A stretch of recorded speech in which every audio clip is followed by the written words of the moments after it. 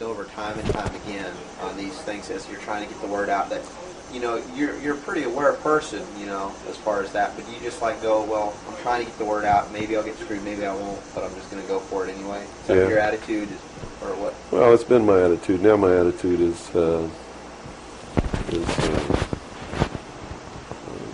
I just don't want that to happen anymore, you know. Mm-hmm. So I'm very reluctant to believe what anybody tells me anymore.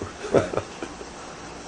But have you developed an intuitive sense, perhaps, now? I mean, because you know how that can do. It can start shutting you down from certain experiences or certain places where you might need to be. That's true, and to a certain extent, I have an intuitive sense of where somebody's coming from, but it doesn't always work. Uh-huh. You know, that's what makes a con man a good con man, is that you get the perception that they're telling you the truth. Okay. And so someone who's really good at it, right, can snow you. Or me, anyway. I don't know about you. Hold on 1 second. Let me grab my...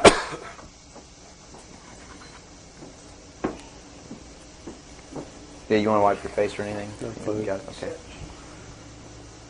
You all right, Robert? Mm-hmm. Robert, you set? Yes, I am. Scott, you're set? Yes. Bill, you ready? Yep.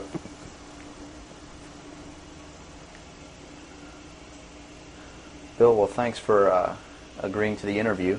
First of all, a little bit about your background. You had extensive military service for many years prior to 1970, where a certain aspect of that military service kicked upstairs, so you were able to see certain things that you were not able to see beforehand. Would you tell us a little bit about that? It actually started much longer in my past than that. I was reared in a military family. My father's an Air Force colonel. He's retired now. He was a command pilot. And as a child, I remember sitting around I remember the pilots at our house sitting around the kitchen table talking about their exploits in the cockpit and what they had seen in the skies. And some of that talk involved UFOs and what some of them called Foo Fighters. And I traveled all over the world, lived on military bases for most of my life. I was really an indoctrinated individual, you might say. I was as establishment as you could get, as gung-ho, pro-government, pro-America, pro-military. And that's why I went into the military, because that had been so much of my life. I went into the Air Force. I was in the Strategic Air Command for 4 years as an aircraft and missile hydraulic technician, which is, I worked on the pneumatic and hydraulic systems of B-52 bombers, KC-135 aircraft, and Minuteman missiles. I had a secret security clearance. That's where I saw my first atomic bomb. I mean, we worked around on these planes, especially the ones on the alert pad, were always loaded, ready to go drop these bombs at a moment's notice. But while I was in the Air Force, I met sergeants, men who were older than me, and had been in the Air Force for quite a while, told me that they had participated in projects that had recovered crashed extraterrestrial craft, what you call UFOs. And they never told these stories unless they'd had quite a bit to drink. So I never really believed it. I thought, well, these guys are running a scam on me, you know, even though I'd heard about these things when I was a kid. I just still didn't believe in them. It's just so far out in left field, it's not something that you really give any serious thought to until something personal happens, which came later. While I left the Air Force, I went into the Navy, which is really where I wanted to be in the first place. I'd always had this tremendous feeling and connection with the ocean. I was an excellent swimmer, but I had a problem as a child. I had chronic motion sickness. If I got in a car and we went on a long trip, I got deathly ill, and same with boats or anything. I couldn't ride on the things at the carnival that went around and round because it just made me tremendously ill. But I decided after I had gone through the Air Force experience that sick or not, you know, I was going to go in the Navy because that's really what I had wanted to do. So I did. Volunteered for submarine duty and was assigned to the USS Tyru, SS-416, which was a diesel-electric boat World War II type, that had been reconfigured. When I went on board the boat, it was in the dry dock at Pearl Harbor Naval Shipyard, and had literally been cut in half. And they put in a 12-foot sonar section, and then 3 domes on the deck for triangulating targets using sonar. And this was really one of the most up-to-date electronically submarines that we had. Wasn't a nuclear submarine, but as far as the ability to approach, get close to a target and destroy it, it had a better capacity to do that than any other boat that we had. While we were on a transit from the Portland-Seattle area on the surface, I was the port lookout, and I saw the most incredible thing that I think I've ever seen in my life.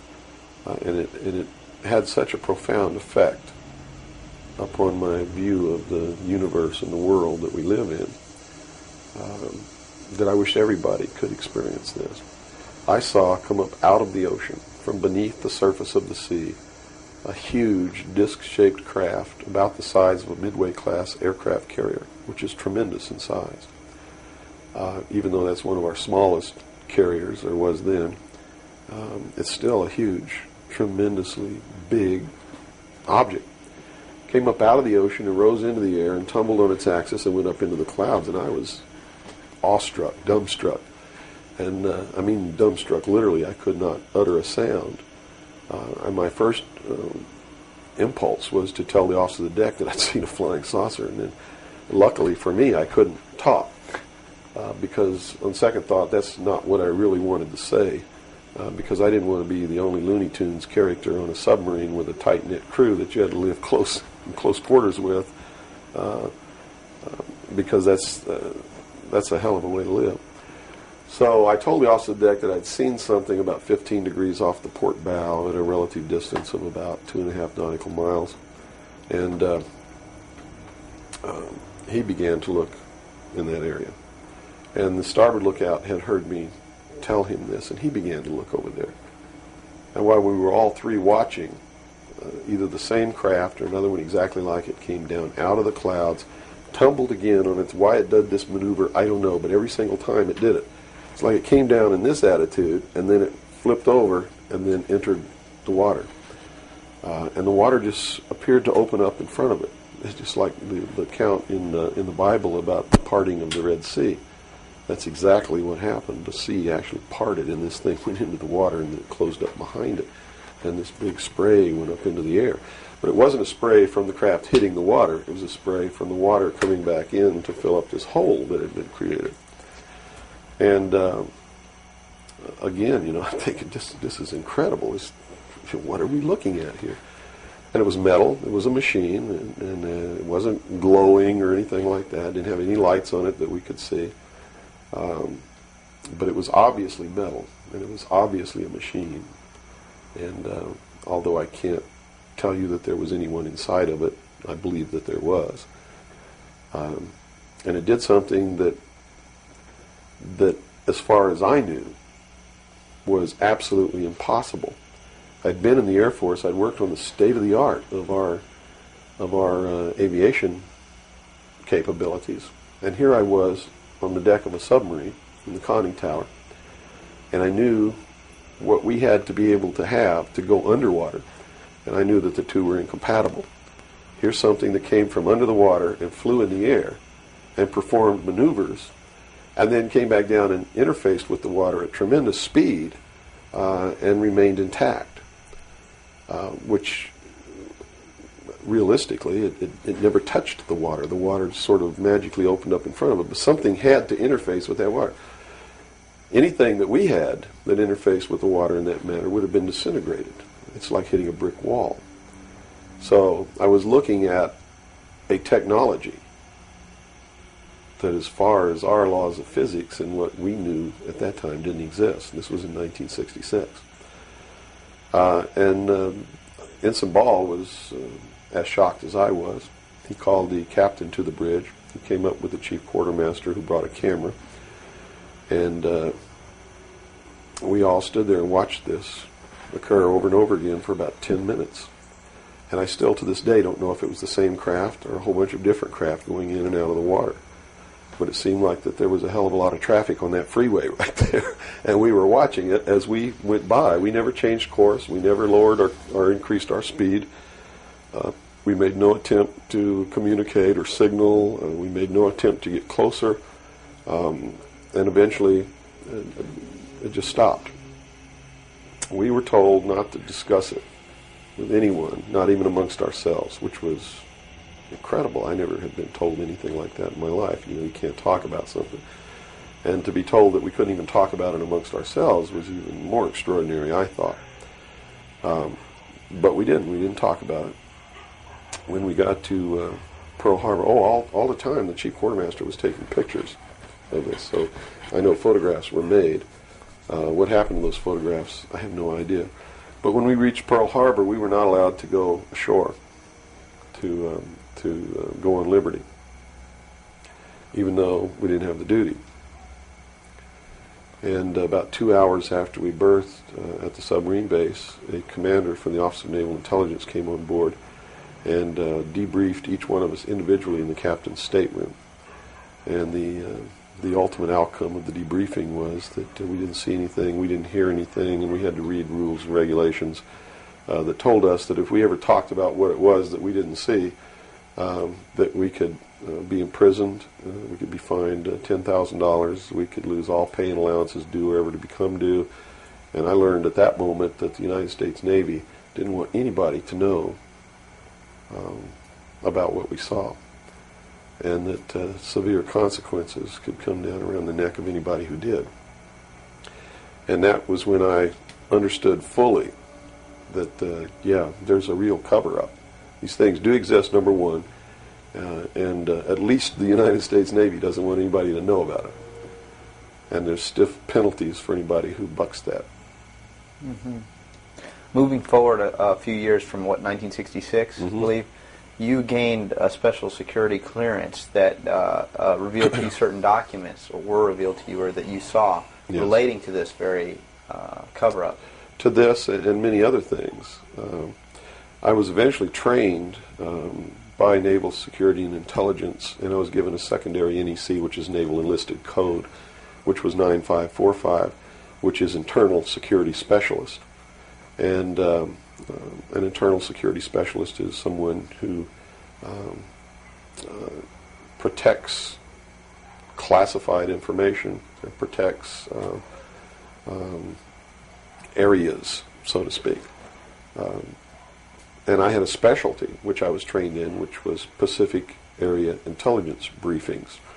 And I was eventually assigned to the Commander-in-Chief of the United States Pacific Fleet, who was Admiral Bernard Clary at that time, and served as a member of his intelligence briefing team.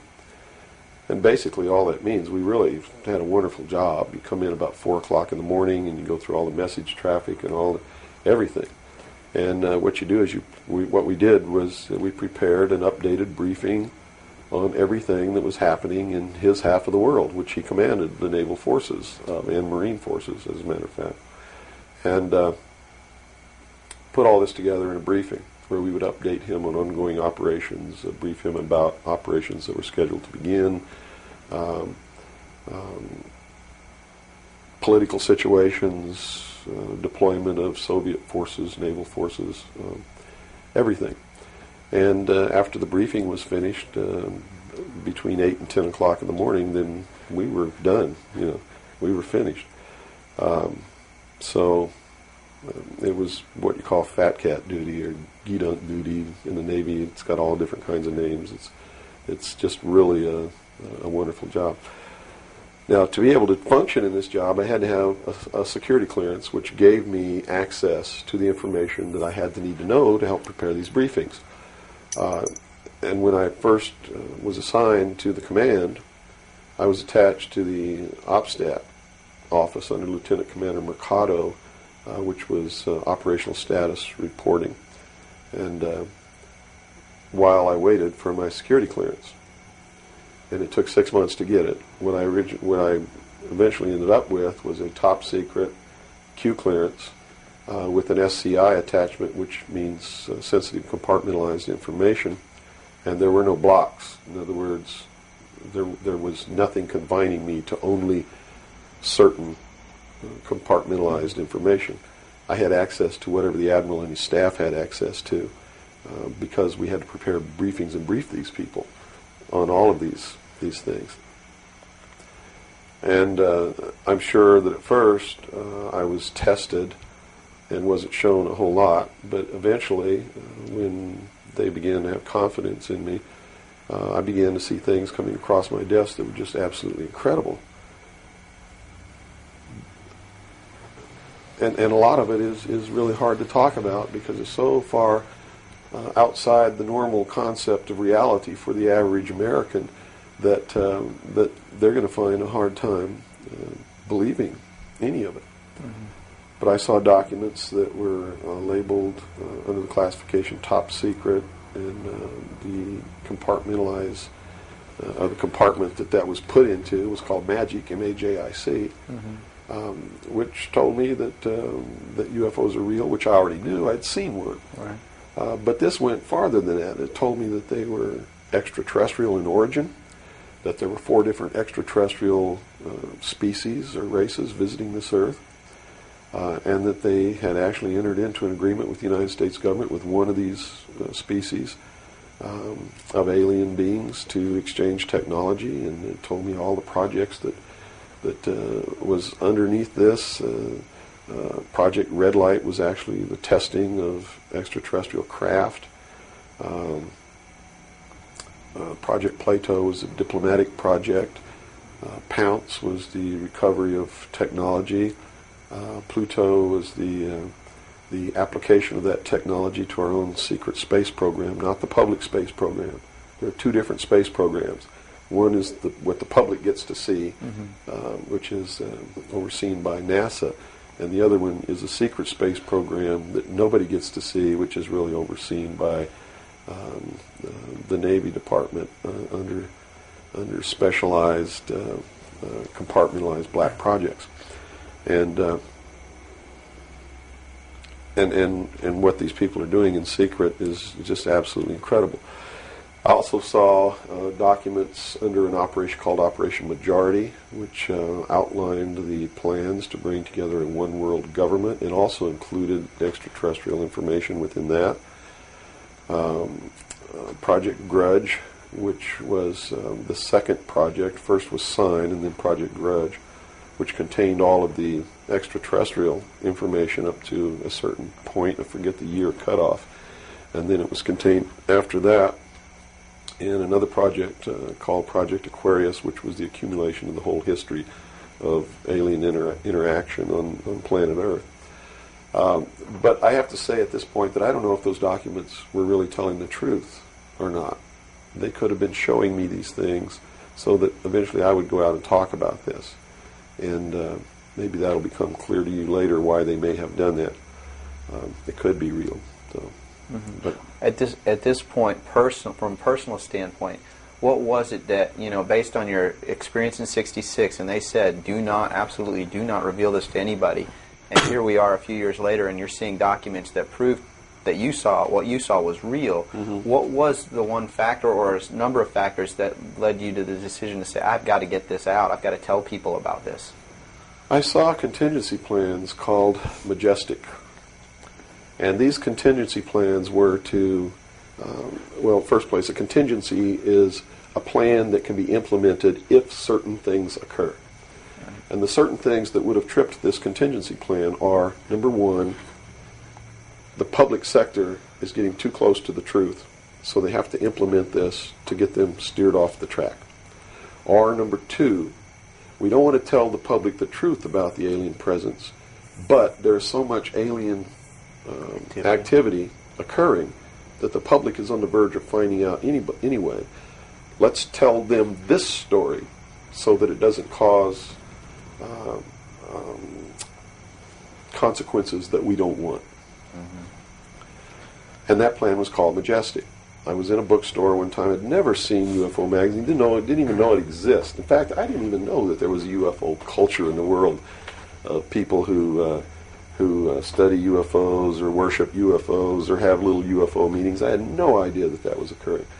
I was in a bookstore one time, and I was looking at the magazine rack. I'm an avid reader, and I'm always in bookstores. And this one day, I saw a magazine just popped right out at me, at UFO.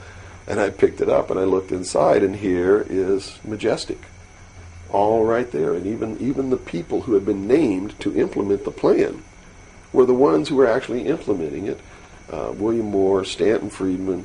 I'd never heard of Jamie Chanderay, but he was named, and they had brought out a supposed genuine document called the Eisenhower Briefing Document, which in reality is a fraudulent document. It's a fake, and it was created to implement the plan Majestic to either indoctrinate the public on what the government wants the public to perceive as happening, or to steer researchers away from the truth, or both. So this wasn't revealing the plan of Majestic, but it was actually implementing the plan. Implementing the plan against the public. It was a psychological operation against the public. So this is what you saw. Right.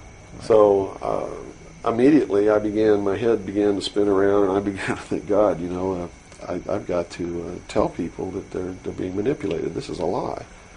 And it really, if the public were using their own intellect, they would know that it was a lie. The executive order quoted for this document was 92,000 something. I believe it was 92447, which is 92,447, and it was supposedly written by Truman. But Truman never wrote an executive order higher than 9,000. I mean, even today, there's no executive order with the number 92,000 on it. They've been consecutive since the beginning. So it was clearly fraudulent. So it's clearly fraudulent, but the public doesn't catch on to this. And here you got Stanton Friedman, one of the guys who implemented the contingency plan, Majestic, running around the country telling everybody it's not an executive order, it's a date, September 24th, 1947, which it very well could be a date. But it's listed in that document as being an executive order of the President of the United States, Harry Truman. And because of that, it's fake. And many other things.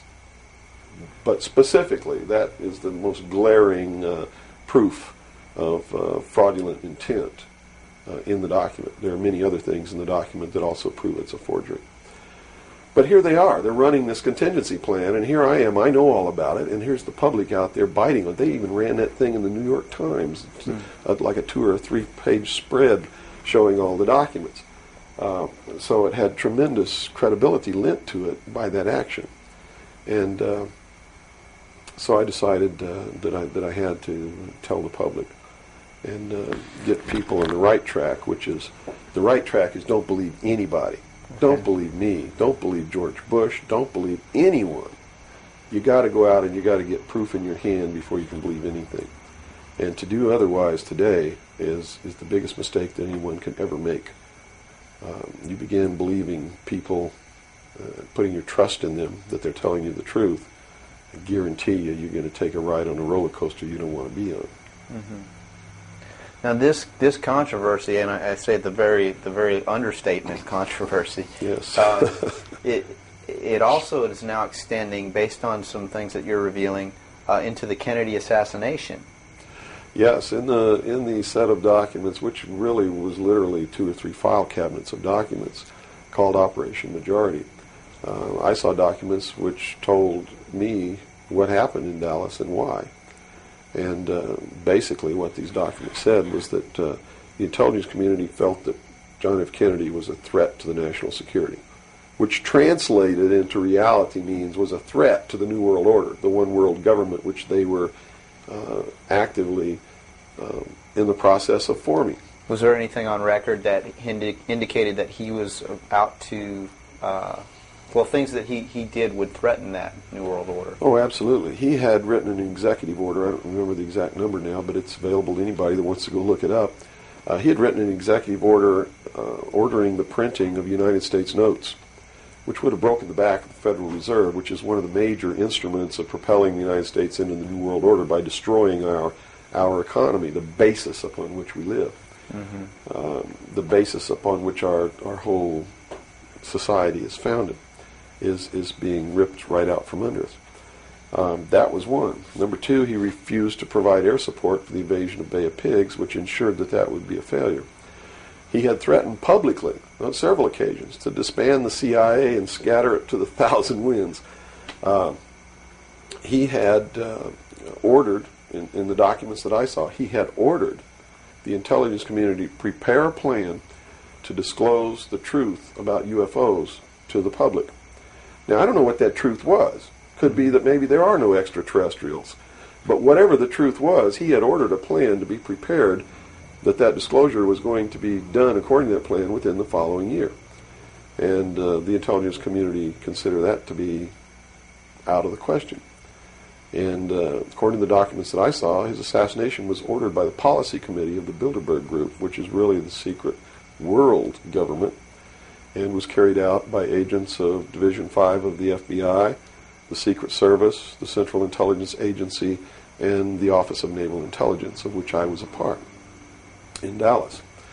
And it said that the assassin, the man who actually administered the head wound, was the driver of the car, William Greer, a Secret Service agent, who used an assassination pistol built by the CIA for assassinations that was really an air gun that fired an exploding pellet or could fire a small hypodermic needle or a poison dart using any one of many different deadly poisons.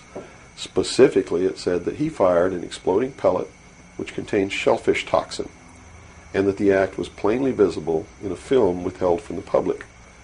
I looked for 16 years to find that film, and I finally found a copy that showed William Greer turn around and shoot the president. And since 1988, I've been showing that film wherever I'm able to show it to wake people up. It is not our government, though you have to understand, that is doing these things. It is not our government that's failing us. It's not the Constitution or the Bill of Rights that's a bad instrument.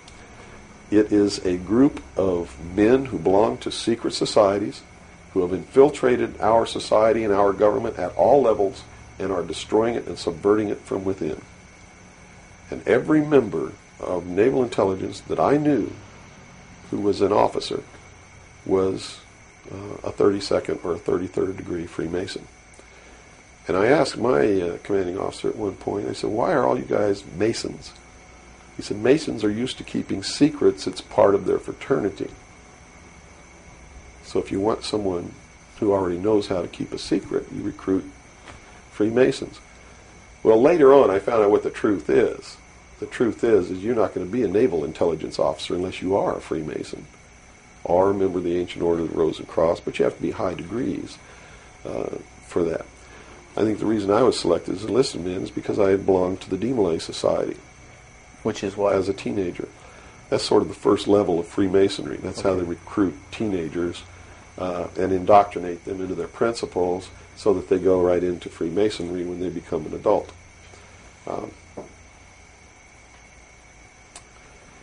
So basically that's the story. Yeah. Okay. Well, based on the information that you're revealing, which would seem to be equally or if not more of a threat than what Kennedy was originally planning on doing, is actually revealing the underlying cause of all of this. Why is it that you are here today, or how is it that you are here today and you're not, conveniently taken away and put in a padded cell somewhere so that you can't speak of these things? Well, I really don't know the true answer to that question, because you would have to ask them to find out why they haven't done anything. But I can tell you this. I began to reveal information in 1976, and I was physically attacked on 2 occasions. My skull was caved in. That's what all these scars are here. On the second attack, I lost my leg. They visited me in the hospital. They had no intention of killing me. They were delivering a message to me. Shut up. And that was the message that came through loud and clear. And 2 men who identified themselves with identification cards who belonged to the Defense Investigative Service, which is really the Defense Intelligence Agency, asked me if I was going to shut up or they were going to have to do it right. And I told them, I said, you don't have to worry about me. I'm going to be a good little boy for the rest of my life, and I'm going to shut my mouth. And I did for 16 years, kept silent until I saw this UFO magazine in a bookstore, which indicated that they had implemented the contingency plan called Majestic. But if you want to know what I think the reason is, I believe that there are several. One, they've had a plan that's been in force since the 40s to debunk, ridicule, destroy anybody who ever talks about these subjects. And the public has been thoroughly indoctrinated that if you talk about any of these things that I'm talking about, you're just another nut. So the public, by and large, doesn't pay any attention to it. So in that sense, I'm not a threat. If the president had come on television and said, hey, this is what's going on, then they would have listened and they pay attention to it. But people like me, they perceive me as being just another loony bin, fruitcake, nut, which I assure you I'm not. But that's the perception that they've been brainwashed into believing. And so that's what they believe. Number two, I am so much in front of the public from the very beginning when I began to talk. And that's how I protected myself, or at least that's what I thought would protect me, and so far it's proven to be right, was that if I got literally in front of the public overnight, in front of a large public, that they wouldn't do anything to me because it would substantiate what it was that I'm saying. And they certainly don't want to do that. It would also create a martyr, and martyrs create tremendously dangerous political movements that they don't want that either. So literally, within a 24-hour period, I spent $27,000 mailing a thick packet of information all over the world to people I'd never heard of, didn't know. We went down and got some mailing lists and just mailed this stuff all over the world. And so literally, when people opened these packages in their mailbox, and it was a perfect plan because they couldn't stop it. They didn't even know I was going to do it in the first place. And since we sent it all over the world, once it was out, there's no way they could retrieve it. At least no way that I can conceive of. So literally within 24 hours, I was a public presence. And people were asking all over the world, who's Bill Cooper? Is this true? Look what I got in the mail. And just literally flipped the world over on its ear. And I've been in front of the public ever since. So I think basically those are the reasons. They don't believe that the public's really going to listen to me, and so far that's been true. There is a small group of people all over the world who are awakening, who are beginning to understand that they've been living their life in fantasy land, and who are actively seeking the truth. But by and large, when the secret power structure says, as I've put in the first chapter of my book, right out of one of their own technical manuals, that a nation or world of people who do not use their intelligence are no better than animals who do not have intelligence, and thus are stakes on the table by choice and consent. They're absolutely right about the majority of people. It's one of the things that has been an illumination to me, is that they're not always wrong. And many of their goals are the right goals, but the method that they're using to reach that goal is the wrong method. In other words, if you set out to create a perfect world where there will never be any more killing, but to reach that point, you kill 2 billion people, you have become what you're trying to avoid. Right. And it can't happen that way. If you want to create a world of peace, it has to be done by peaceful methods. Means. Yeah, if you murder someone to destroy a murderer, you have become what it was you set out to destroy, and thus it wasn't destroyed at all. It was perpetuated by that very action. And that's what these men are doing. They rationalize everything they do so that they feel better about it. But what they are doing is becoming what it is that they want to get rid of, and the world will never be a safe place for anyone as long as there are men who do these things. Very eloquently said. Thank you. Now, your message to people, once again, is don't believe anything. How is it that the public can find this and search for this truth on their own if they can't believe anything or anyone? What can you do? It's all in the public sector. It's all available to anyone who actively and diligently seeks it out. Everything that's in my book, Behold a Pale Horse, is all Everything in here, all the documents that are in here, Mm-hmm. everything that's in this book is in the public domain. Can be substantiated? Yes, and I intentionally wrote this book not using anything that wasn't available to the public to show people that, yes, if I can find this information, so can you. I have tons of stuff that's not available to the public. But as you can see by reading this book, you don't need that stuff because it's what you need is available to you. Public libraries are overflowing with the proof of what's really going on in the world, but nobody really utilizes it to the extent that they're able to pick this out and put it together. Another thing I've done for people is I've put it together for them so that they can see the overall picture rather than looking at small things and thinking that it's isolated. Nothing is isolated. It's all part of a big puzzle. Mm-hmm. And the puzzle is coming together. And when the puzzle is assembled, it's going to be a one-world totalitarian socialist government that nobody's going to like except the people that are running it. It's Hitler all over again. And the rationalization is we're going to create the world without war. The utopia. The utopia. But they will never create that utopia because they're not dealing with the problem that makes them want to create it, and that is the inherent flaw in each individual human being that makes us do the things that we do. Until that's overcome, there's never going to be a world without war or without rape or without killing or without robbery, and anybody that thinks that there is has already gone off the deep end. So the method is, here, I'm going to hold a gun to your head so you won't rape, you won't kill. That's right. Yes, okay, I understand. The title of your book, Behold a Pale Horse, what significance does that have? What are you saying with this title?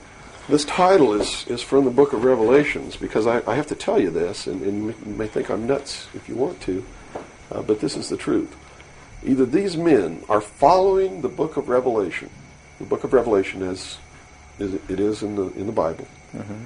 They're either following it, just like a plan, and bringing the prophecies in there to pass to manipulate and control those who believe in those prophecies and neutralize them, so to speak. In other words, if this is written in the Bible and God has ordained it, who am I to resist? It must come to pass, so I'm not going to try to stop it. Okay. What a perfect way to neutralize the opposition right off the bat. Or there really is a God, and what he said was going to come to pass is coming to pass. And I named this, Behold a Pale Horse, from chapter 13 of the book of Revelations. The fourth horseman of the apocalypse is the pale horse. And I looked, and behold a pale horse, and his name that sat upon him was Death. And hell followed with him, and power was given unto them over the fourth part of the earth, to kill with sword, and with hunger, and with the beasts of the earth. And that is taking place now today. The fourth horseman is riding across the world now. That's what AIDS is all about. That's what all these little brush fire wars all over the world are all about. That's what's happening. That's why cancer cures are suppressed. Is because they fully intend to kill a minimum of 2 billion people by the year 2000. AIDS is an invention of man. It is not a natural disease, and it has been implemented and placed into the population as a population control. And when they did it, they had the cure before they did it. Mm-hmm. And when they've deemed that enough people have died or been killed, they will say, we have a cure for AIDS. And everybody will be called to report to some place to get an inoculation, which is going to do two things. One, it's going to stop AIDS in its tracks. And number two, it's going to implant a device which will be able to be used to track each individual person and maybe even to control those people. And that's what the pet implant program is all about. It's not about finding lost pets. They don't give a damn about pets, and they would never put a satellite in orbit to find a lost pet, but yet there's a satellite up there that they're using to find pets that have been implanted with these devices. They're testing this program on pets that's going to be used in human beings. And in the Los Angeles Times in 1989, they ran an article. It was 10 forecasts for the coming decade, was the title of the article. I have a copy of it in my research center. And number 5, I believe it was number 5, in those 10 forecasts for the coming decade was chemical or electronic implants to control individual behavior on a 24-hour basis, unquote. So it's not hidden at all. It's there for anybody who wants to look. But nobody's looking. Nobody's looking. They believe, and I believe that they're right, that the biggest danger to mankind right now is man himself, population. A study in 1957 told them that by 1990 the world population would double in 33 years. Can you imagine that? The world population of human beings doubled in 33 years. Mm-hmm. And they knew that it's an exponential doubling throughout history. Every time it's doubled, the interval has gotten shorter.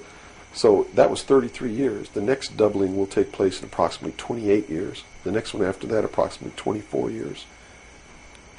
Can you imagine if the world population doubles again in 28 years from 1990? In other words, in the year 2018, the world population doubles. And we're having problems with food supplies and timber and clean water and clean air now. And then after that, it doubles again in another 24 years. That's why they created AIDS. Because they didn't want to have to go around the world and say, you, and you up against the wall, you've got to die today, and shoot them. They did it in a manner to where they could target what they consider to be undesirable populations. And I want to be very clear that I don't agree with them on this. They specifically targeted blacks, Hispanics, and homosexuals for complete eradication. And AIDS is really going through those populations, and it's really doing a number on blacks, Hispanics, and homosexuals. That theory has made news. I've heard that before, and this it's been isn't a debunked theory. very clear by the public, saying, "Oh, that's ridiculous." But you're saying that that may indeed be the case. It's not ridiculous. I actually saw this in documents, and the project name was Project Naomi. MK Naomi was the name of it. It was a CIA project. The AIDS, whatever causes AIDS, whatever that turns out to be, according to those documents, was developed at Fort Detrick, Maryland, under a CIA project called MK Naomi. It was financed by $10 million for the Department of the Army's biological warfare programs. It was carried out, supervised by the CIA, carried out by scientists who worked for the Special Operations Division of the Department of Defense. And it's doing its job. And would you assume if AIDS doesn't work, there's a contingency plan for that even? Well, I think that they have other things out there working concurrently. One thing I've learned about these men is they don't just do one thing. In case the public discovers what they're doing, or discovers that somebody's doing, whether they know who's really doing it or not, and stops it, what they have running is several concurrently running plans, so that if one or two fail, the other ones are going to take care of the problem. It sounds pretty hopeless. I mean, based on that scenario, is there anything, any uprising or what? Yeah, there is, but it requires that people wake up.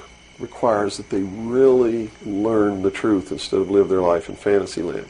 You see, because nothing can exist without the consent of the people. Unless they buy it, it's not going to happen.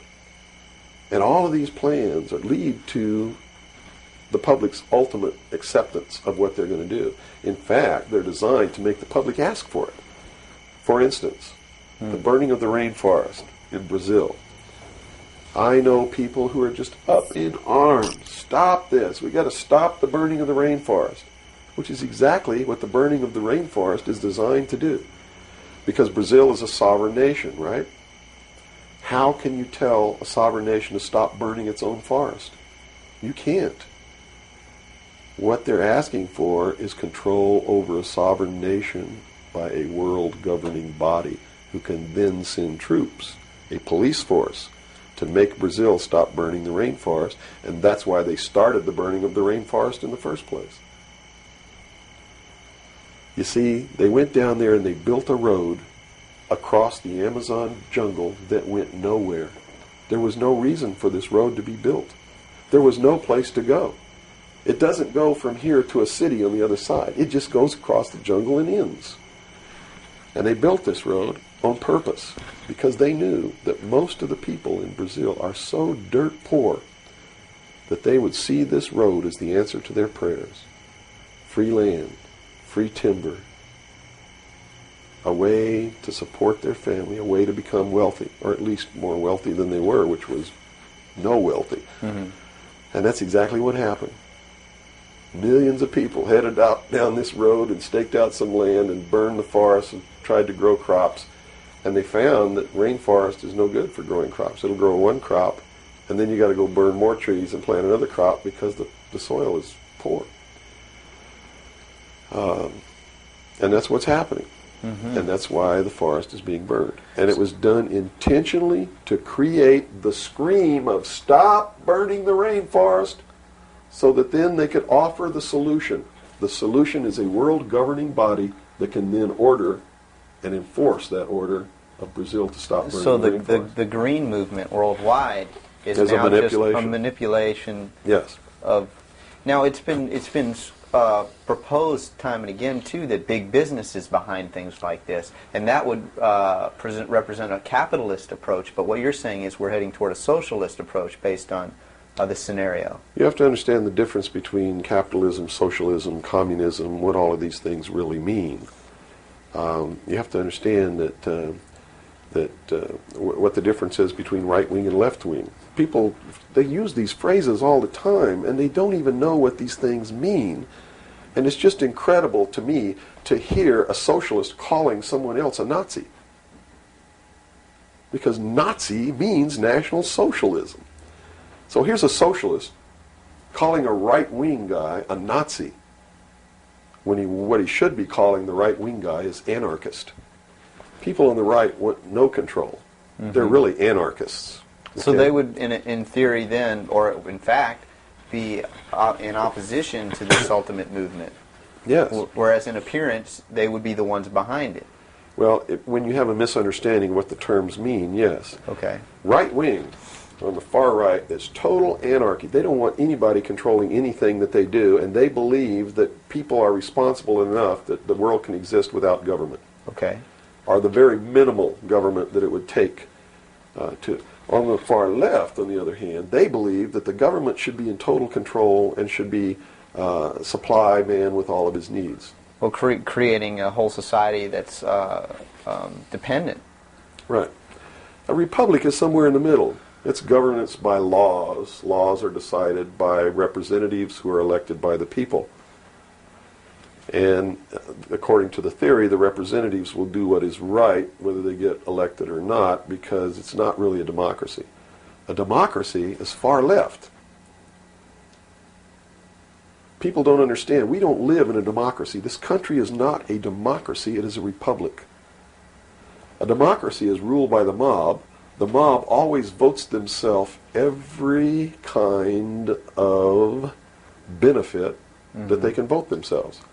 And whenever you do that, it means large, tremendously overpowering government in control. They vote themselves into dependency. That's it. They Okay. vote themselves into a dictatorship is what they do, where they lose all of the benefits that they intended to vote themselves into in the first place. Okay.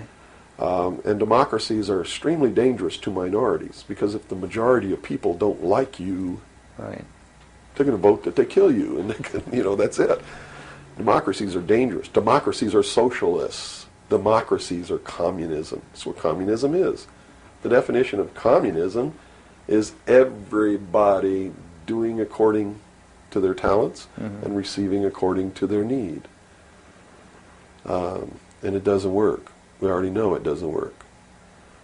Man, by his inherent nature, is greedy. So those at the top always end up having everything, and those at the bottom end up having nothing in communism. Socialism is different. Socialism usually ends up in a dictatorship, in a very controlling dictatorial government which even owns the people that it governs, so that those who live in fear of not having are provided for what they need, and in turn they worship this oppressive government. Socialists are children who went out into the world, took a look around and said, I can't handle it, and went home to Daddy. Okay. Daddy, protect me. Daddy, feed me. Daddy, loan me your car. Daddy, tuck me in at night. Socialists are scared little children who are irresponsible, can't stand on their own 2 feet, and need Daddy to take care of them. Okay.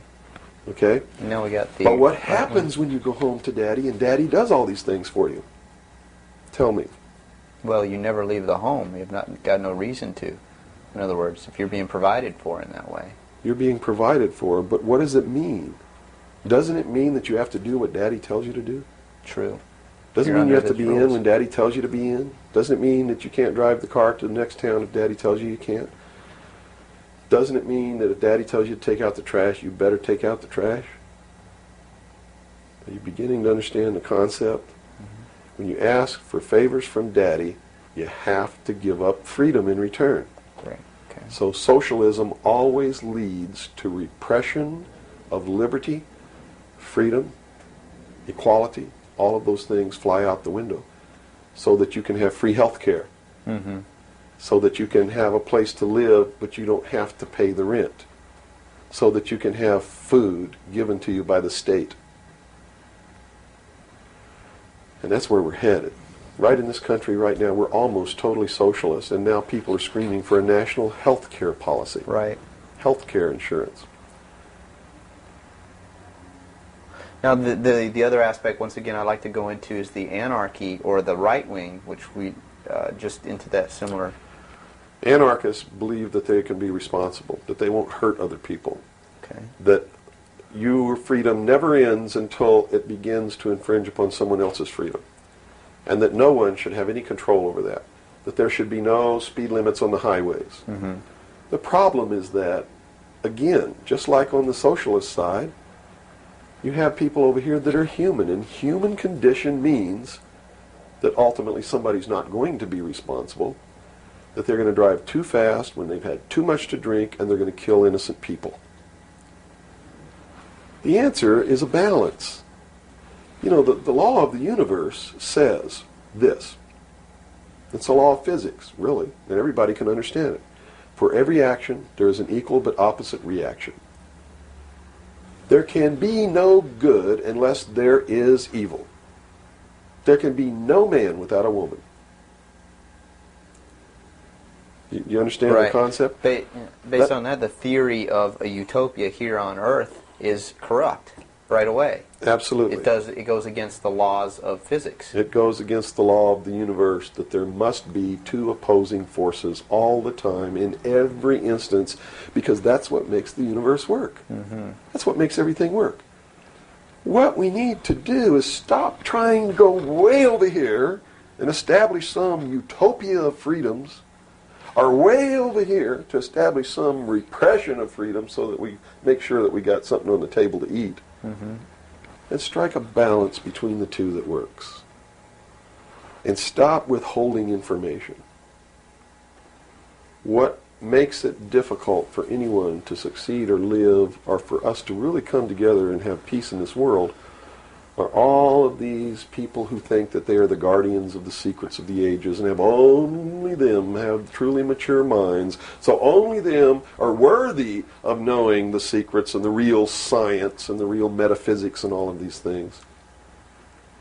So they repress it and they keep it secret. So the rest of us live out our lives and we don't know the truth of what life is really all about.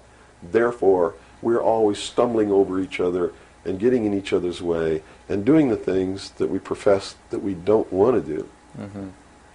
Simply because we don't have access to the truth.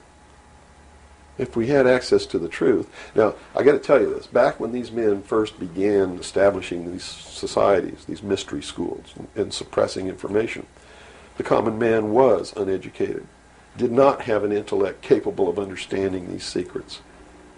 They were really beasts of burden, for the most part, and they lived their whole life in toil. Right. But things are not that way now. Most people have a good education. They have a good mind. They're capable of understanding if they're taught, and if they're taught correctly. And I think it's time to teach people what the truth is, and quit hiding it, so that we can come together as one humanity and make a balance and live together in a balance. Evil's never going to disappear. Neither is good. But we can maintain a balance, and life can be good. Instead of swinging back in this tremendous battle between these two opposing, radical, extreme ends of the scale. That's got to stop. I've never understood why somebody would join together in this band of people and call himself a Democrat and not vote for anybody else if they're not a Democrat. That concept is beyond my understanding. And Republicans and Libertarians and Populists and Communists and Socialists and this and that, and blacks and whites and Indians, and there are so many sects and groups and segments, and we're so fragmented that getting together is going to really be difficult. But we've got to do it. Because if we don't wake up and do it ourselves, these men who meet in secret and plot the manipulations are going to do it whether we want it or not, and they're going to do it at the point of a gun. And they're going to take away everybody's freedom because they don't consider us responsible. Capable of having that freedom. Are capable, are even of using our intellect.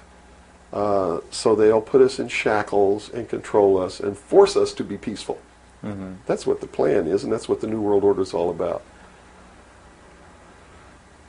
Well, we've run from UFOs right to this. And at first, a person might watch this and say, wow, this is really strange. But where we've come down to, based on that beginning, is quite in the realm of common sense. Well, it's not strange at all. It's what they've been trained all their life, that if they hear these buzzwords, they're listening to some loony idiot talk, and it has no substance to it.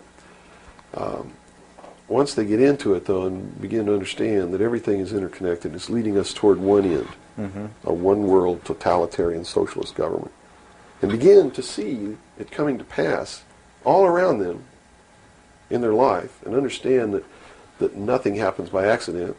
It's been planned for many years. Then they begin to understand that UFOs play a big role in this. Because if they're real, it's the most significant thing that's ever happened in the history of man, and may be the driving force behind locking up the human race. Because how could a UFO land in a place like Macon, Georgia, and somebody who doesn't look like us get out, walk down the street? And I'm not trying to insult the citizens of the state of Georgia. What if they landed in Newark, New Jersey, and got out and walked down the street in a society that kills people because they sit in the wrong seat on a bus? I'd assume now that they'll know about us. Of course they will. They probably already know about you if you've been exposing the truth on your show. Would you assume that our phone lines would be bugged at this point? I don't know. I doubt it. They don't really consider you to be a threat unless you develop a large political following. Oh, okay. So, unless you have a large political following, you're not considered to be a threat to them. Not yet. Because they figure that the people are too stupid to listen to you anyway. And generally, they're right. So we're in the process of educating people then. Yeah. It's the best thing. Education is 60 or 70% of the battle. Yeah. Because people automatically begin to do the right things once they learn what the truth is. They're Robert, educated to it.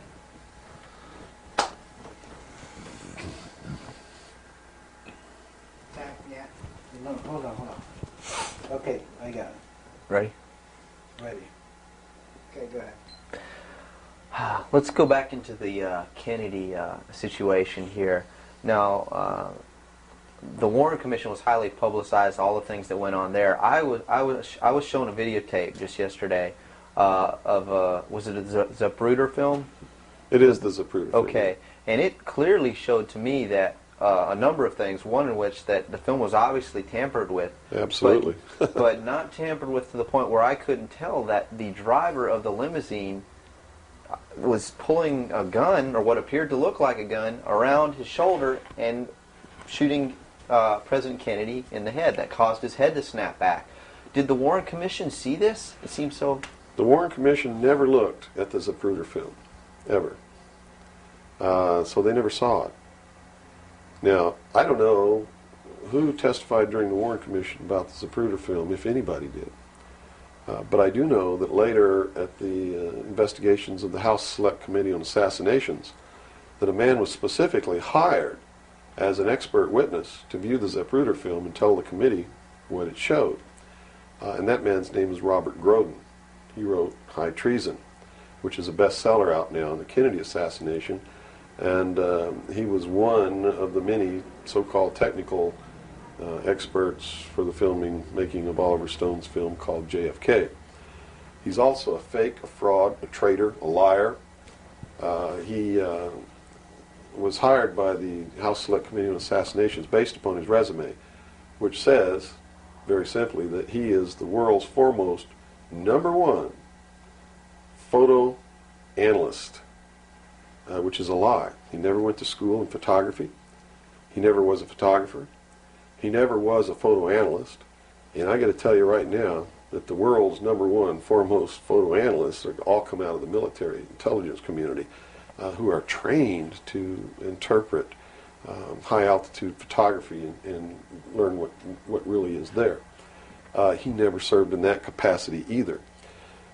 He looked at the Zapruder film, and he told Congress, he told the committee in testimony, he testified, both in written and in verbal form, that William Greer never took his hands off the steering wheel.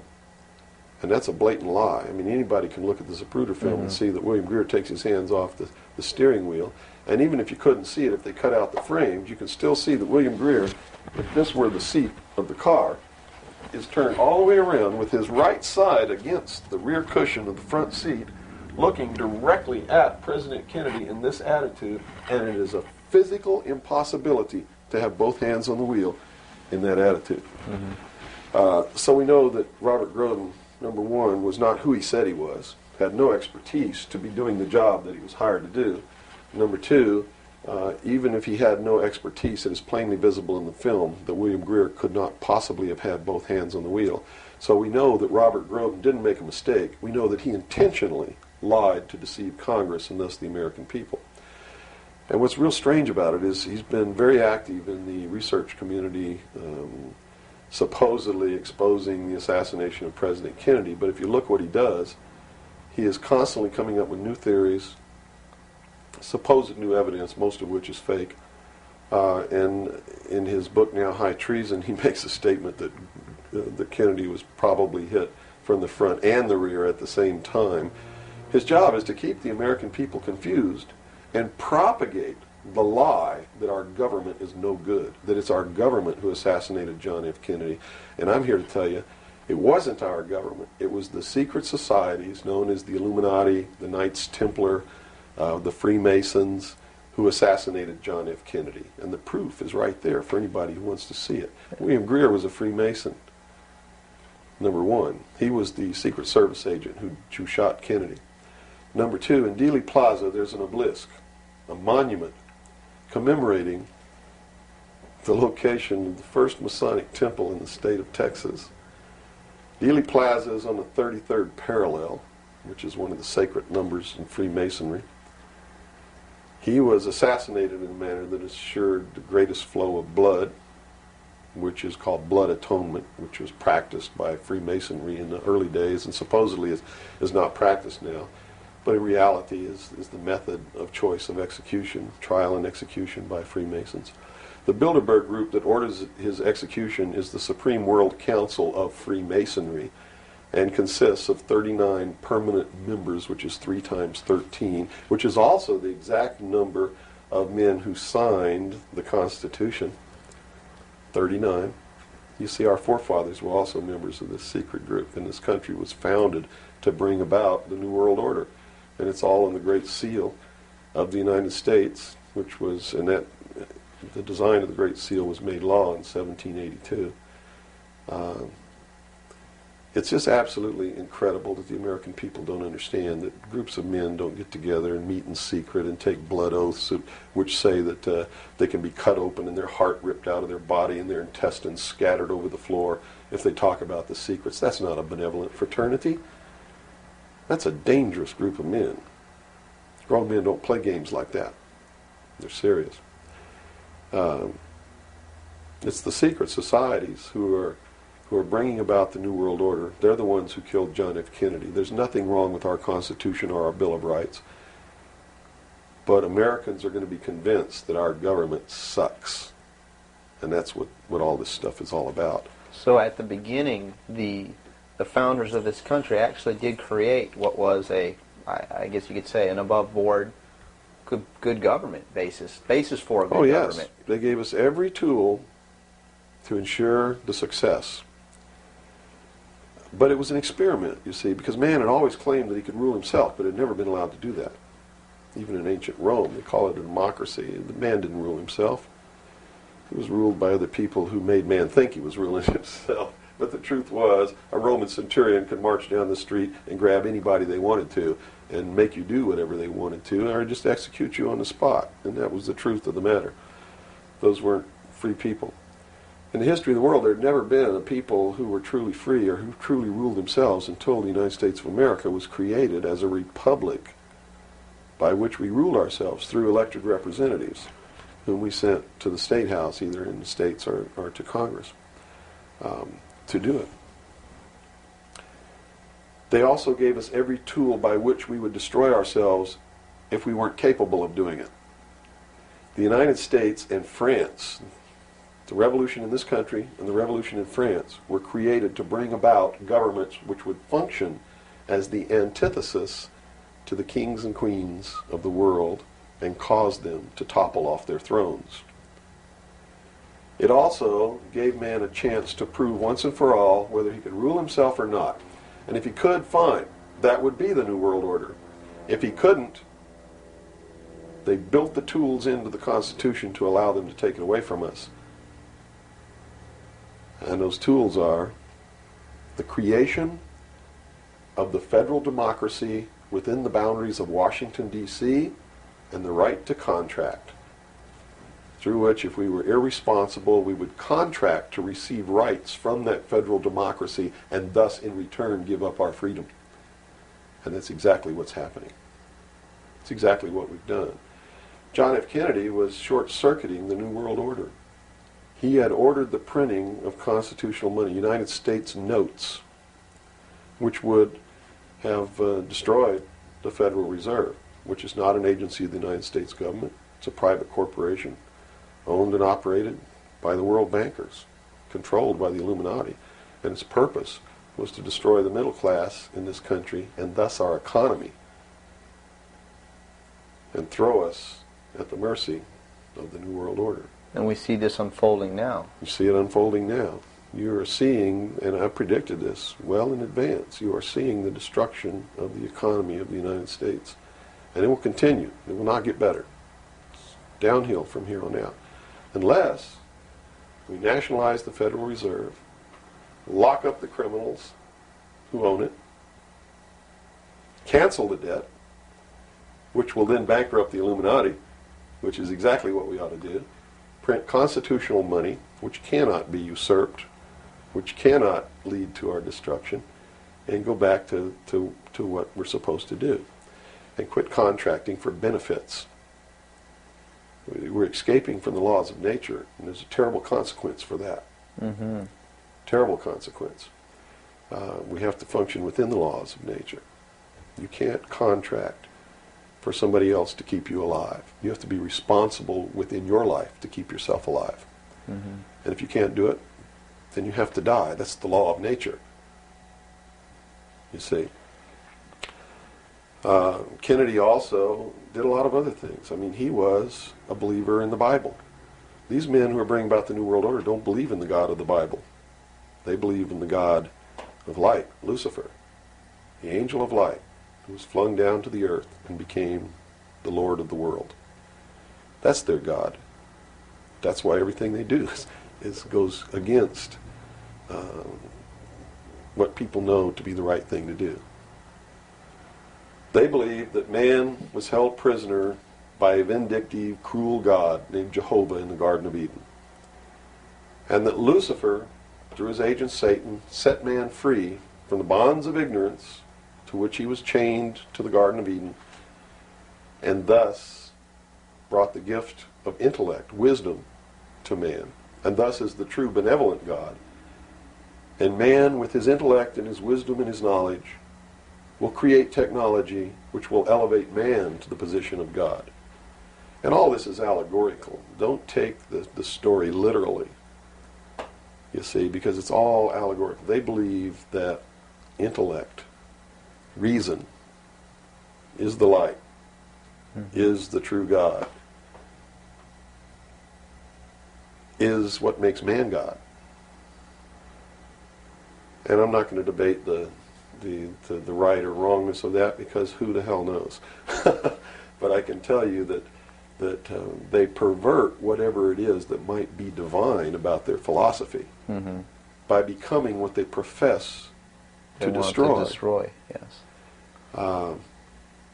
And so, in their zeal to bring about the New World Order, they destroyed the political will of the nation when they assassinated John F. Kennedy, which has furthered their goals, because it made a lot of people feel so helpless that, God, if they can kill the president, who am I?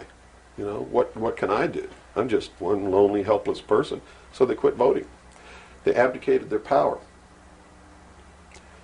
And, of course, through agents like Robert Groden and many others, Oliver Stone, they're being convinced that our government sucks, that our government is the problem, that the Constitution doesn't work, that the Bill of Rights aren't real. We're playing right into their hands, in other words. We're playing right into their hands, because there's nothing wrong with the Constitution or the Bill of Rights or our government. It's the people. You see, it's been infiltrated. And from within, they are eating at the heart of this nation like a cancer, this secret society. They are destroying it. They are subverting it. Our Constitution has not been allowed to work since 1945, and maybe even earlier. And they have been working behind the scenes to bring about a one-world, totalitarian, socialist government with the Communist Manifesto as its platform, through the United Nations, which was created by this nation, from an older organization called the League of Nations, which was the original foundation. And at the highest levels of our government, the Constitution's already been scrapped, and they are working under the aegis of the UN Participation Act and the United Nations Charter. Which says what? Which says that there are no rights, there are only what you call privileges. And privileges can be granted or taken away at will by the state. Quite frightening scenario. It's a very frightening scenario, and people better wake up to the fact that unless they wake up and do something about it now, there's only going to be one alternative.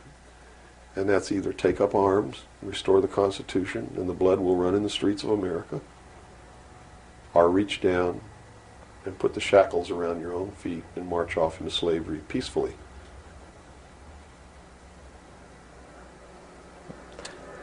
Not going to be easy the coming years. Wow. Now, historically, this may or may not relate, but at least modern world, contemporary world history does not include the stories of Atlantis and Lemuria that go predate. How does that history, and why was that suppressed, or why is it still being suppressed? How might that affect what we are understanding is going on today, or is it related? Well, I'm not sure if a place called Atlantis or Lemuria ever existed or didn't exist. I don't really know. But I do know that the story that is told about the civilizations that lived there are something that we should listen to, because this whole scene may have played itself out before on this earth. And if you understand the theory, which I believe has been accepted as fact now, of continental drift, there may have been an Atlantis and a Lemuria, which had tremendously developed technologies and societies. And the same scenario that we're playing out now in this great stage called the world may have played itself out over and over again in the past for millennium. In my investigation of the mystery schools, the secret societies that are bringing all this about, that really control everything behind the scenes, I found that this is all about religion. And it's all about a recurring theme that is penetrated and is at the heart of every religion in the world. And that is a creator or a creatress who has a son that is sacrificed and then is resurrected and saves the world or saves humanity. It seems to be an archetype that is within us. And so that you don't go flipping out watching this tape. I'm a Christian. I believe in the teachings of Jesus Christ, even though it may turn out that he may have never lived. The scene, it doesn't matter. When you read his words, and you can go back through history and find these are the same words that were spoken by every Savior that there ever was, are the most beautiful, most profound, most affecting words that have ever been spoken on the face of this earth. And when I get down and almost get to a point of hopelessness, I just go read the Sermon on the Mount. And I come back up again. Because in the end, it's not going to matter whether Jesus ever lived or didn't live. The story is real. And it's within all of us. And it brings us to something within ourselves that is good. But these men don't look at that. They believe that the end justifies the means, that these stories are just stories, and that the real meaning behind it all is that man can transcend his animal state through the realization of intellect and the overcoming of all of his emotions and feelings and morals, guilt, all of these things. And I just can't go along with that because I believe it's our emotions that tell us when we're doing wrong. We feel it within ourselves.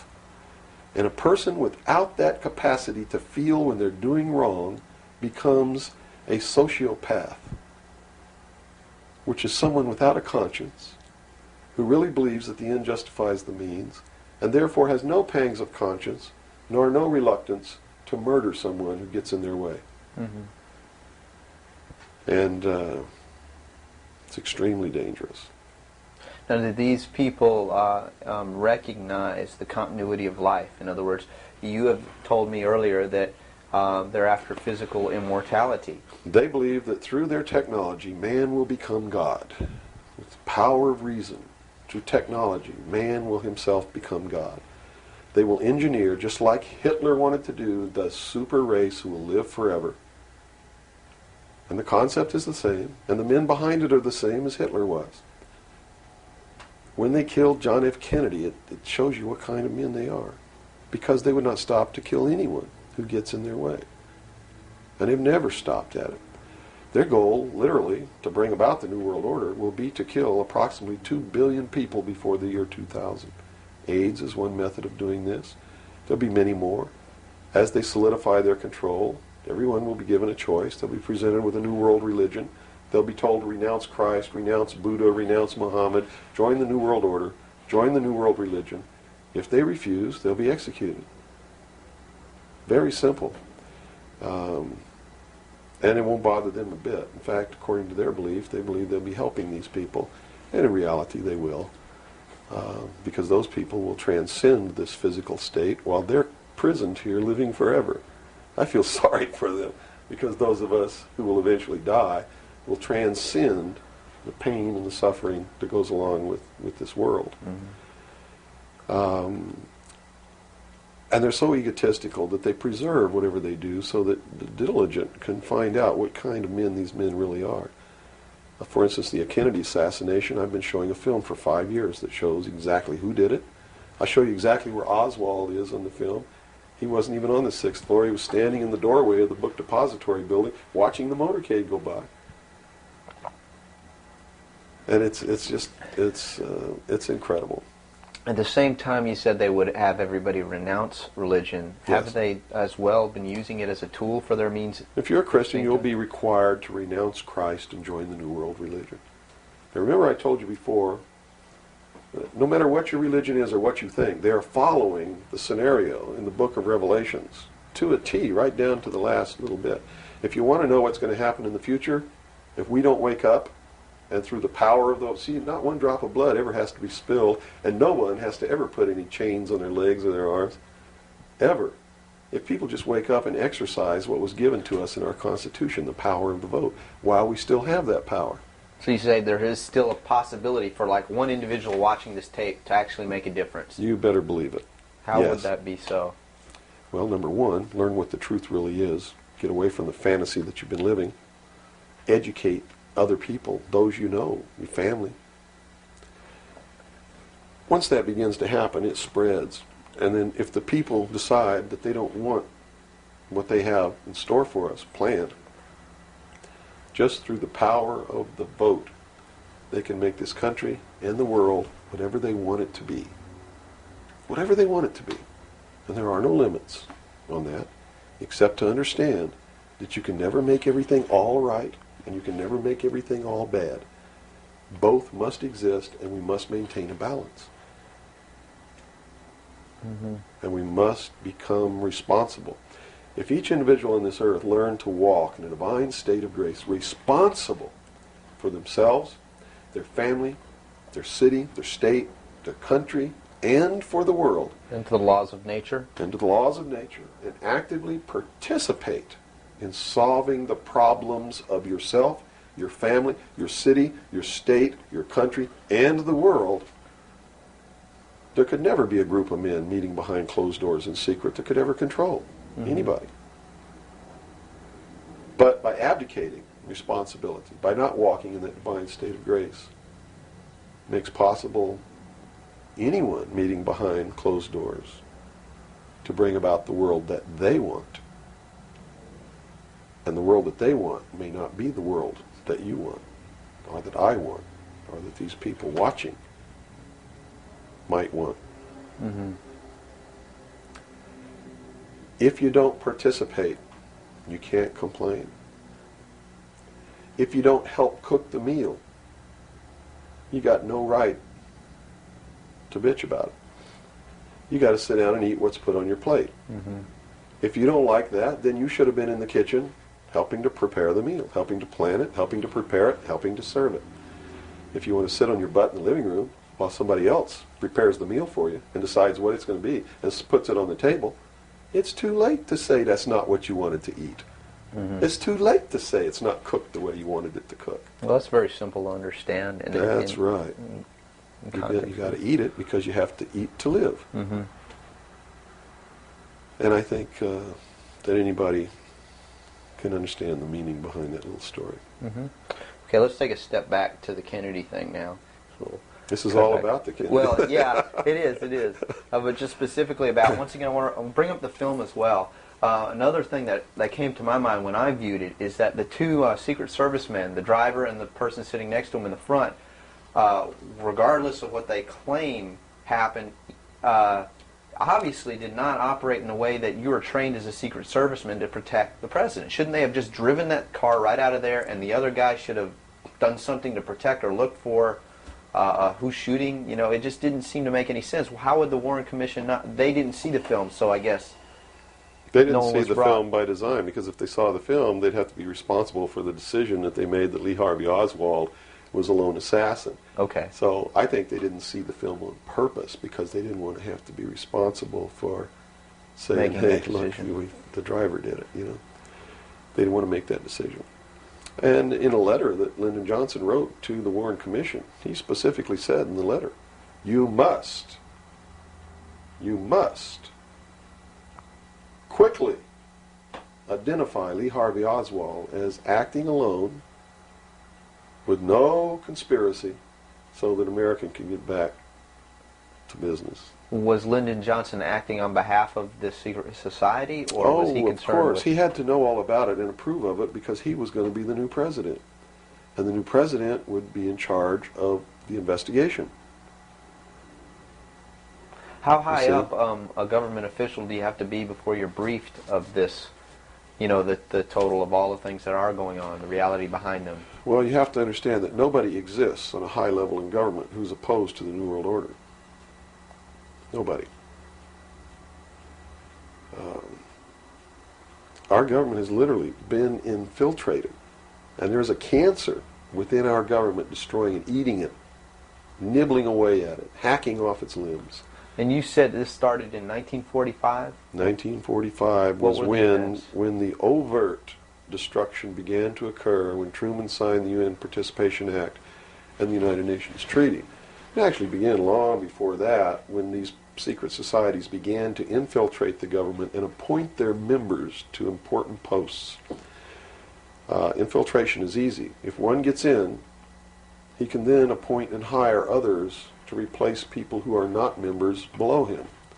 So now we've had over 50, almost 50 years of this going on. At least. I believe that it started back probably 1913, 1917, when the Federal Reserve Act was passed, when the Council on Foreign Relations became a reality in this country. And you can, by diligent research and study, you can see when it happened, where it happened, who did it, and how it was done. It's apparent. When they say there's no conspiracy, I mean, we talk about a conspiracy. It started out as a conspiracy. But when they say today there's no conspiracy, that's not a lie. It's the truth. They're doing it right out in the open, right under our noses, and we're too stupid to know it, to see it. So it's not a conspiracy now today at all. It's right out in the open. They even publish their plans. I mean, here Carter appointed Zbigniew Brzezinski as the National Security Advisor, who just wrote a book before he was appointed declaring himself a Marxist. I mean, you read that book, this man believes in Marxism. This man is a socialist. Not only a socialist, he's an international socialist. He's a globalist. His goal, stated in his book, is to destroy the sovereignty of nations and bring about a one-world Marxist government.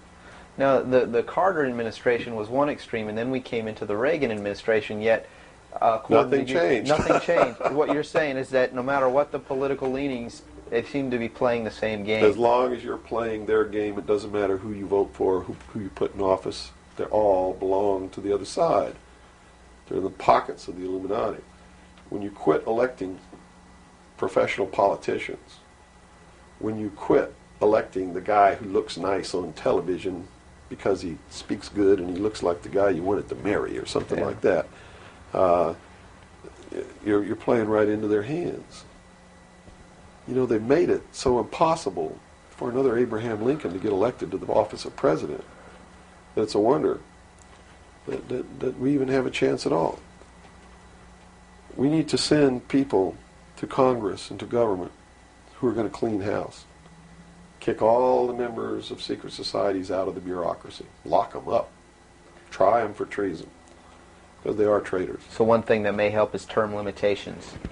We must have term limitations, and it must be only one term. And forget all this nonsense that anybody who goes to Washington don't know what's happening. They don't know what's happening simply because they haven't taken the time as citizens to understand how our government works before they ever go to Washington. You see, it should be a process that starts in infancy. It works its way up. And everybody should be taking part in the government. Now, if someone came in to office with this kind of knowledge and with this kind of intent to really push these people out, would they not be eliminated immediately? Not if they have the people behind them, because what the people would do in one fell swoop, in one election, would elect people who've never served in government before, kick the incumbents out, send citizens to Washington. And here's the way it has to be done. You know, right now, you don't even pay your congressman. You know who pays your congressman? The federal democracy of the District of Columbia. The federal government pays your congressman, who's supposed to be representing your state and you. The federal government is a foreign country to your state. Why should he represent you? Not only that, but he moves to Washington, D.C. He maintains a residence here, but he doesn't live here. And as long as you re-elect him, he continues to live in Washington, D.C. forever if you keep re-electing him. So they lose all touch with what's back here. They're paid by a foreign government, the federal government. They're not paid by the sovereign state of Georgia or by you. They have to be paid by you. And they have to live here. They can't move to Washington, D.C. They go to Washington, D.C. for one term. Okay? One term only. When that term's up, they have to come back. And you don't pay them exorbitant funds. You pay them just enough to live on comfortably while they're there.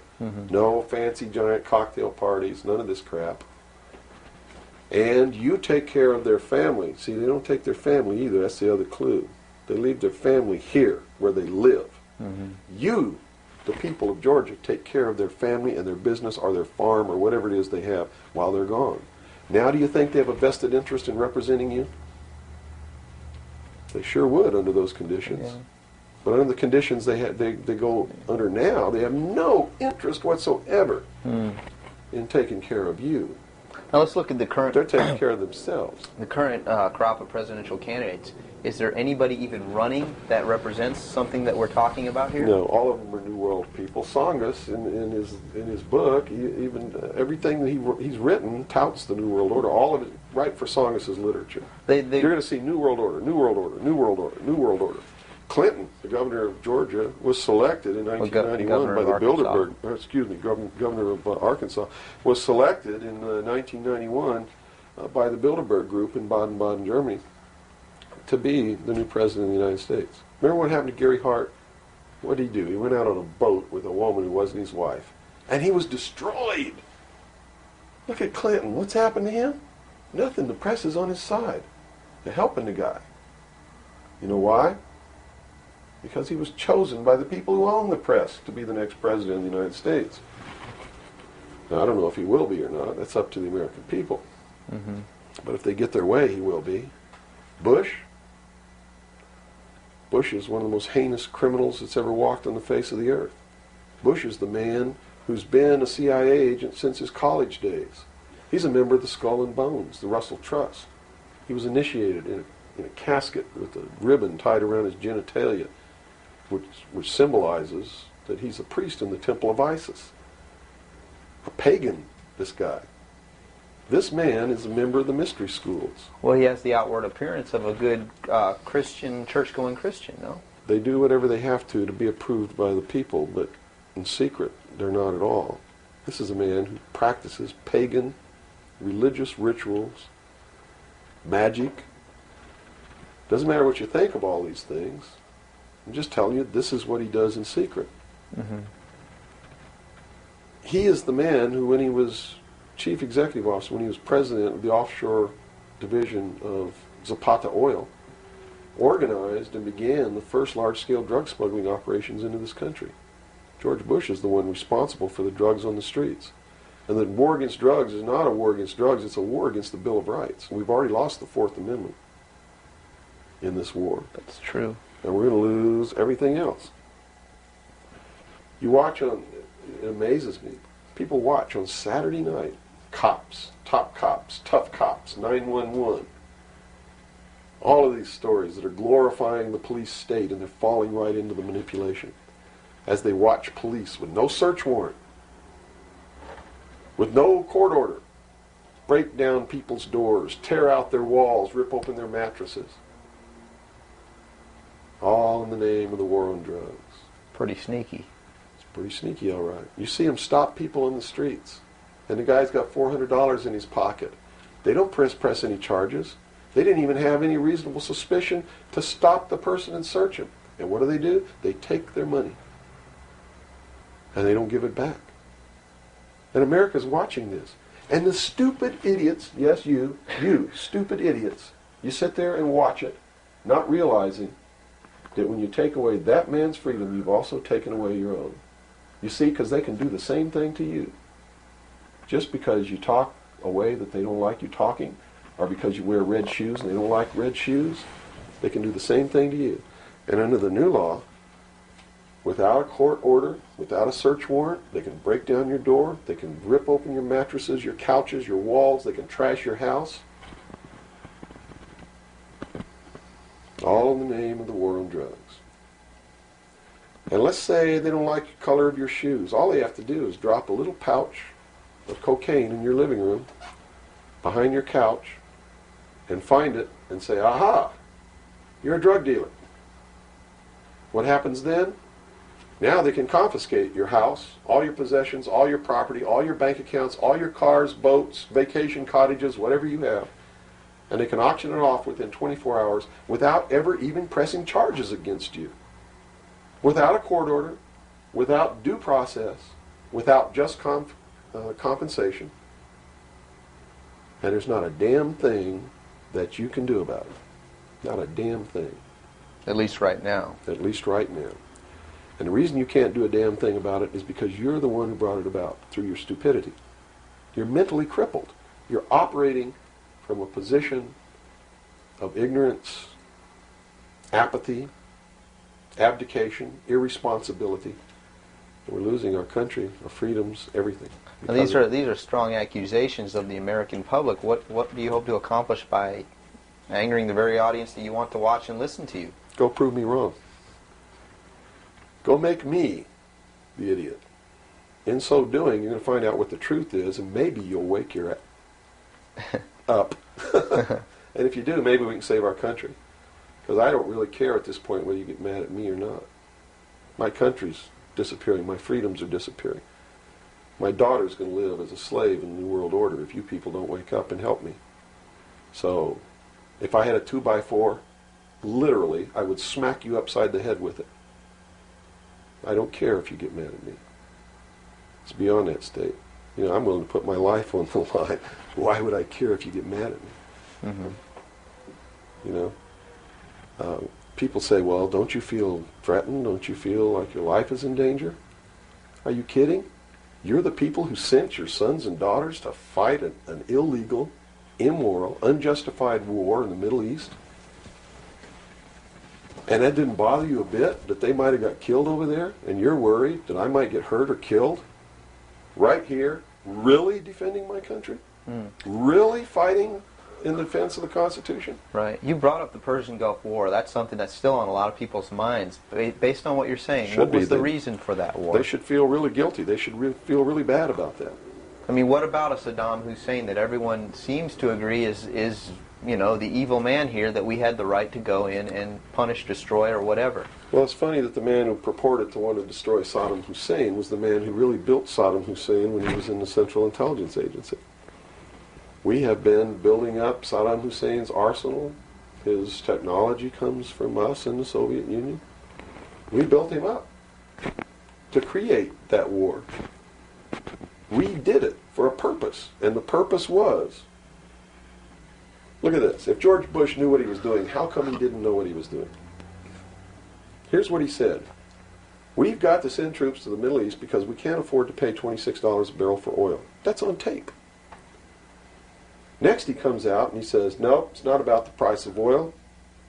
It's because Saddam Hussein's not going to stop at Kuwait. He's going to go into Saudi Arabia, and those are our friends, our buddies. So we got to go defend Saudi Arabia. And then James Baker says in a press conference, nope, it's not about Saudi Arabia. It's not about $26 a barrel for oil. It's about jobs. Folks, we're going to get you a job, and to do it, we're willing to kill your sons and daughters. Yes, sir, we're going to send them off to get killed so that you can have a job. Prosperity. That's what it's all about.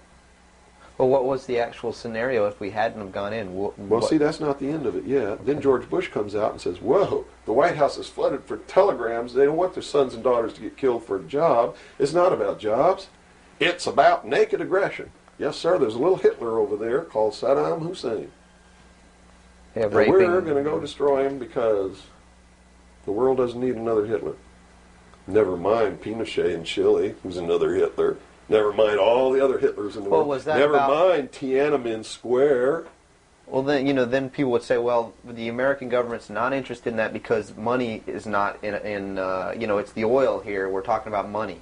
No. So you're saying it's not even that. No. They've been planning this war for years. In fact, Arco Press wrote a book about it.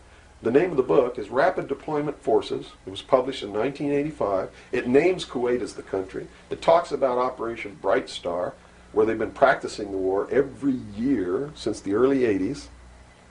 Sending troops over there practicing the war. Liberating Kuwait. It's even named in the book. The whole thing was spelled out years ago. What it was all about was to establish the New World Order. You see, because for the first time in the history of the world, it's established the legal international precedent that the United Nations could pass a resolution and send its police force to enforce that resolution, and that the member nations would have to pay for that action. And George Bush said it very clearly, but nobody was listening, when he said, no longer will any nation stand against a world united. And with that action, he established the legal foundation in international law that the United Nations is now legally and overtly the one world government, and that the United States military forces and the other forces that were sent by other countries were established as the one world police force under the United Nations. Have you seen the new Air Force uniforms yet? Nowhere on them does it say United States or U.S. They are United Nations uniforms. Go look at them. What role in the Middle East, again, does Israel play in this? Israel was created as the instrument to bring about the Battle of Armageddon and the fulfillment of prophecy, a war that will be so terrible, where nuclear weapons will be used, so that the American citizens and the other people in the world will get down on their knees and beg for no more war. And what is the answer to that? They're going to be told the only way we can guarantee no more war is if we destroy the sovereignty of nations and we come together as one humanity in a one world government. Right.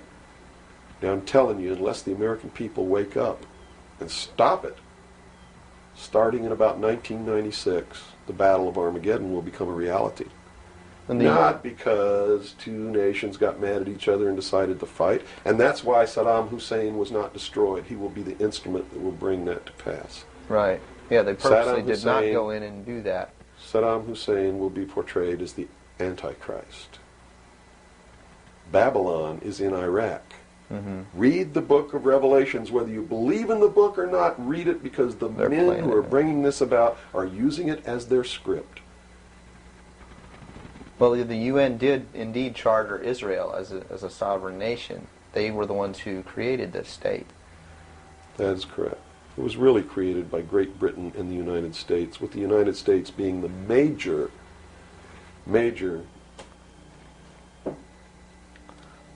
instigant. Okay, and the Jewish people were then being manipulated into believing it was for some other reason. That's correct. They've always been manipulated. And I get people who still come to me all the time and say, Bill, you're all wrong. It's the Jews. The Jews are subverting the world. Man, it's not the Jews. It's not the Catholics. It's not the blacks. It's these men who belong to the ancient mystery schools, who meet in secret and decide the fate of the world. And they belong to all different races and all different nationalities and all different religions to the public point of view. But in secret, it's a different story. How about the European community? Here seems, based on your theory, another group of sovereign nations coming together to form one government. The European community, the EEC, was created by the Central Intelligence Agency, working through a lodge in Italy called the P2 Lodge. Propaganda 2 is the name of it, which is the intelligence arm of the Vatican, and Prince Bernard, who is the leader of the secret World Council that controls these secret societies around the world, called the Bilderberg Group. And that's the truth of the matter. And well, during its creation, they just threw out Margaret Thatcher. She was really opposing this. Yes, she was, and that's why she got ousted. Okay. So did the Shah of Iran. So did Marcos. Anyone who opposes it gets ousted. That wasn't an overthrow of Marcos by the people in the Philippines. It was organized, instigated, and carried out by agents of the Central Intelligence Agency and the KGB. The overthrow of the Shah of Iran, our intelligence community is trying to tell us they didn't know anything about it. They didn't know what was happening. Bullshit. They organized it. They instigated it. They are the ones who caused it to come to pass. You see, because we didn't have a National Security Agency or a Central Intelligence Agency before the UN Participation Act was signed. And these organizations were created to bring about the one world government, the New World Order. And it had to be done in a manner that the people would not know that it was being done, and the only way they could do that was hide it behind the veil of national security.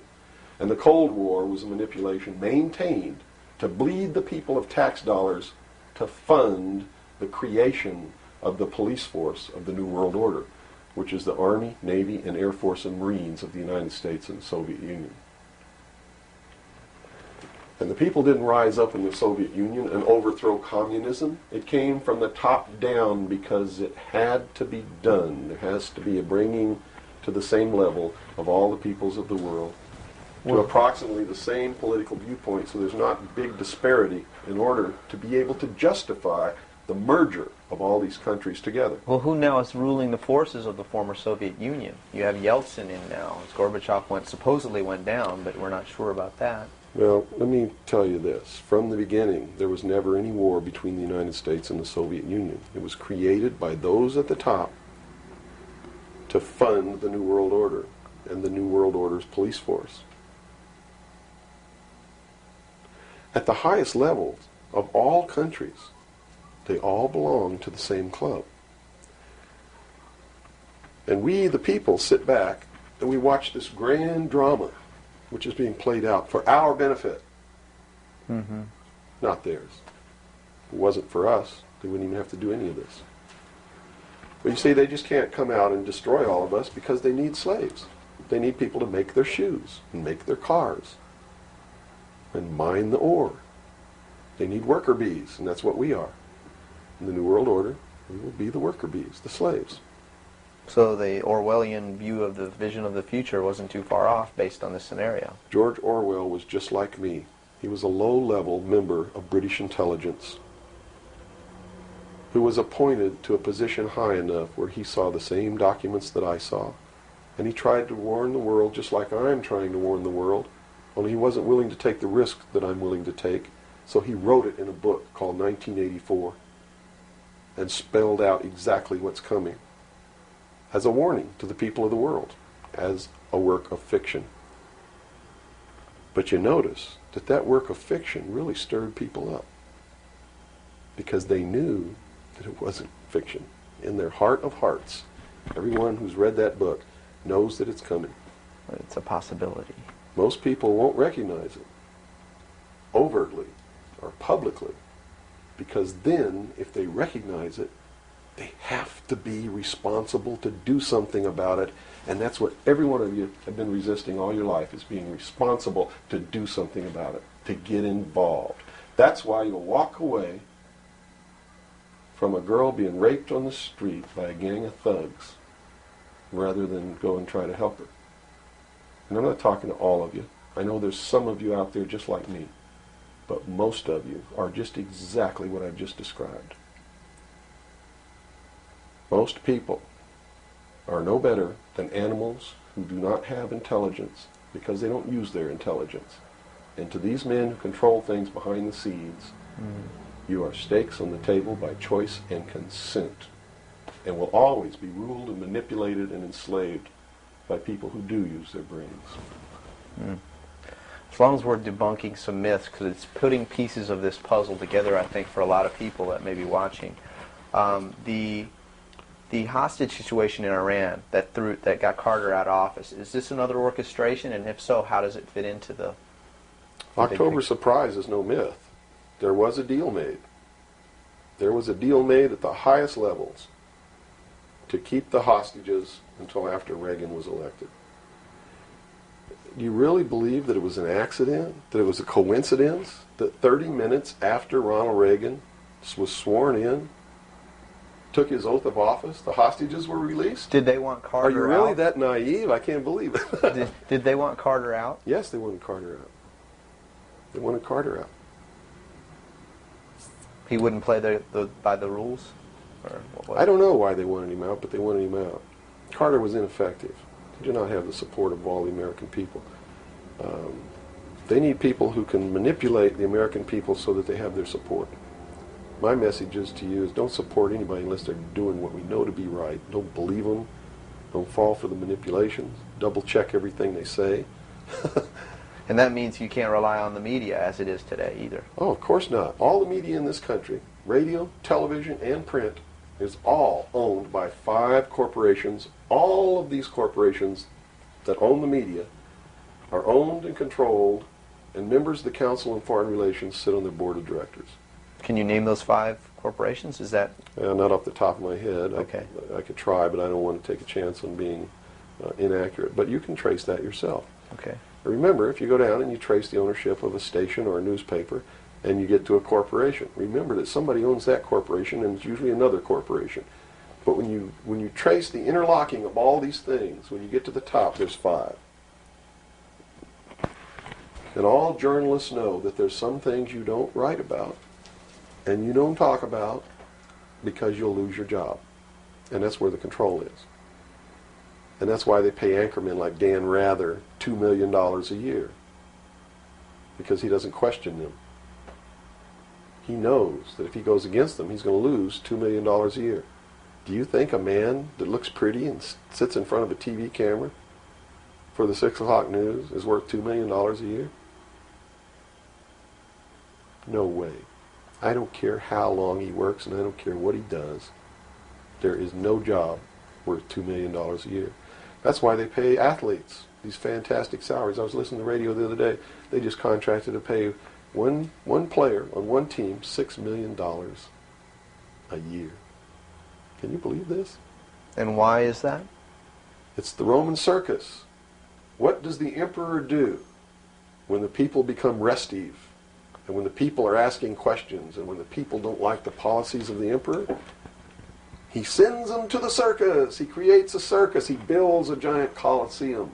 And he begins to throw the Christians to the lions. And he has great chariot races and football games and basketball games, all to keep the idiots preoccupied with things that don't mean anything in the scheme of the entire world, so that they don't have the time to learn what the truth is, so they don't ever get smart enough to learn how they're being manipulated, so they don't ever question the emperor. That's why they pay a player on a football team or a baseball team $1 million or $2 million or $3 million a year.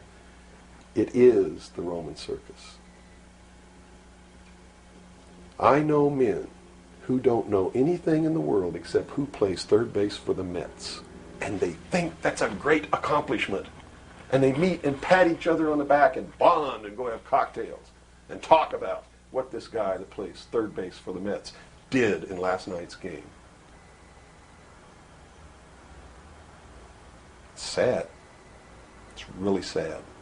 Is there any room in a kind of society where these manipulations are not taking place for this type of entertainment or any type of entertainment at all? If people understand that a game is a game, if people understand that nobody, no matter what they do, is worth paying $2 or $3 million a year for,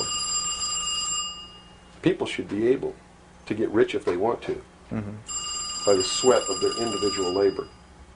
Okay? By going out and doing something for the world. Not by taking people's minds away from the emperor. It's a game. Football's a game.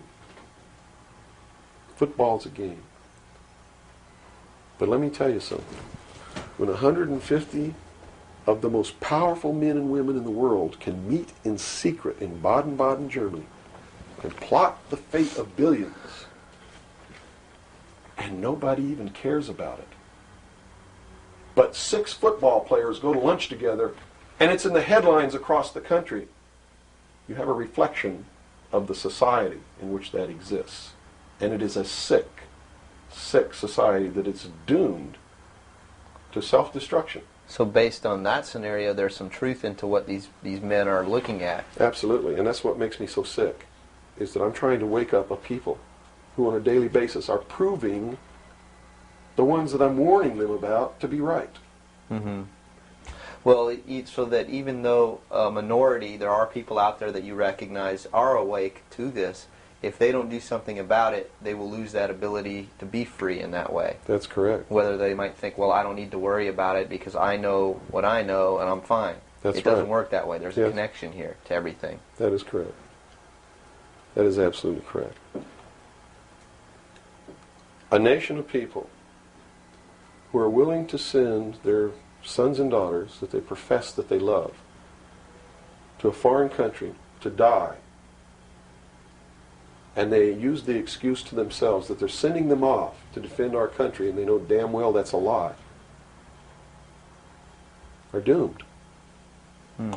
It's funny, there's a parable, you said Ben Franklin earlier was even a part of this. Yes. A parable of Ben Franklin, I don't know if you're familiar with it. He paid too much for the whistle. He came up when he was a young boy. Are you familiar with that parable? No, go ahead.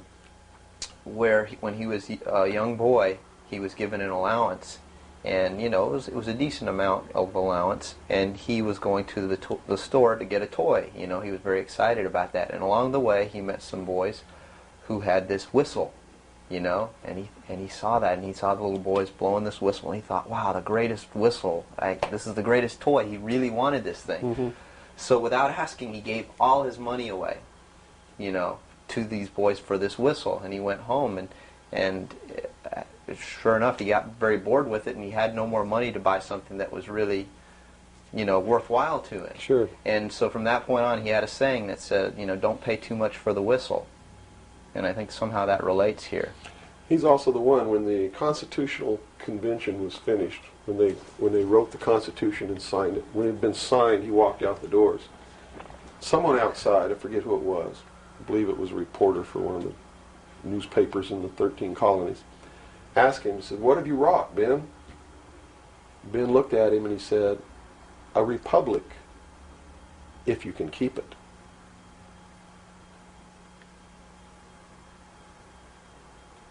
He knew. He did. And that's a good place to end. Yeah, I think so. That's a great ending. Wow. Good job, guys. All right, Bill. Yo. Fantastic. Good. Thanks, Bill. Where's your towel? Right there. I'm about ready Yeah, to these lights are roasting me. Man. kill. I've already had my son. I'm ready for a bath. The major media is great at putting out the propaganda because, this meme out there, this idea put out by the mainstream media that we have the people have no choice because, after all, you just can't let them fail. The government has to bail them out because it would be much worse to just let them fail. And this is remarkable because the major mainstream media have gotten the American public to buy into policies that guarantee their impoverishment. And it's just a testament to the triumph of mainstream media to push out any dissenting voice or any debate or any kind of public service that you would think would be inherently obligatory for a public airwave to adhere to.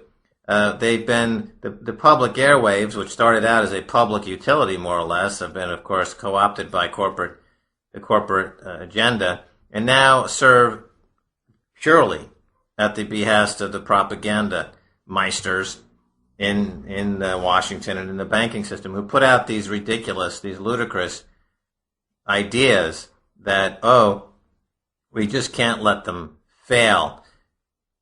And anybody who now has seen their monthly income drop by 90% due to the drop in short-term interest rates by the banking system, the people who are now starving because their monthly income has been slashed by 80 or 90%, these people have had their monthly income slashed for no reason other than to bail out these bankers. So when you say that, we couldn't let them fail, you have to understand that simultaneously you have to understand that you, the individual who's had your monthly income slashed, is where the money is coming from.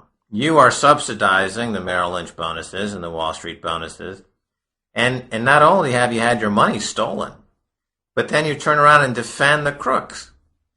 And this has got to be the very nature of this whole idea of the Stockholm Syndrome, where the person who's been kidnapped falls in love with their captor. The American people have been kidnapped by the banking system, and now they're defending the banking system while the banking system steals their money in the form of driving interest rates low to bail out banks who have kept afloat this enormous slush fund scheme, unnumbered accounts that are simply there to launder money, launder losses.